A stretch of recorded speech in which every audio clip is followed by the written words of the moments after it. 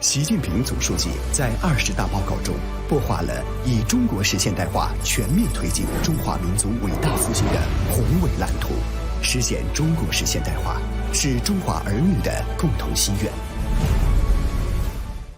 Well, I was really impressed with the use of artificial intelligence to operate the power system with the new neural networks, with the adversarial neural networks. Was really impressed. I think that is something I want to study on.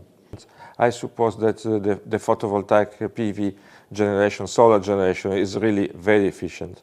It is the most fast-running technology at the moment.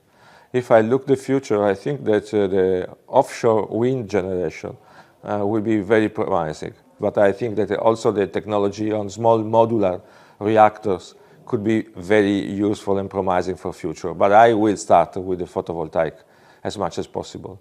Artificial intelligence is really useful for future, particularly because our new energy system will be based on renewable energy sources that are not dispatchable. And this means that we need much more flexibility than in the past, and we need to make customers more involved.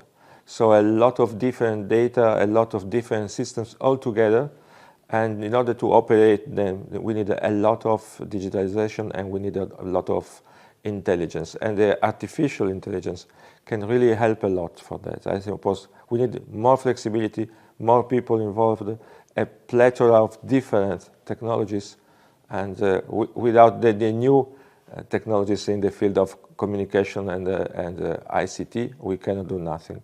I think that you are progressing very well, and you have a very big economy. It's not so easy to change and to do this kind of transition, but you are doing a lot. You are installing impressive quantities of new renewable generation, and your private mobility is changing.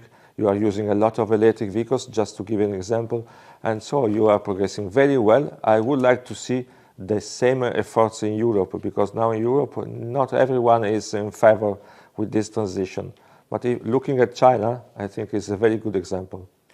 Well, the rate of utilization is really impressive, because particularly if I consider that you are installing so much renewable energies.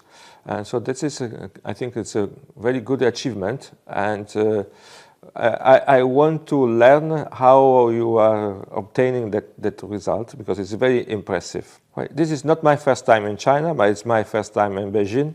And unfortunately, I don't have time to visit Beijing, but I really want to spend more time here with my wife. And she speaks Chinese. She's French, and she speaks Chinese, so she really wants to stay here in China. I'm from Italy. And Italy and China have a lot of similarities.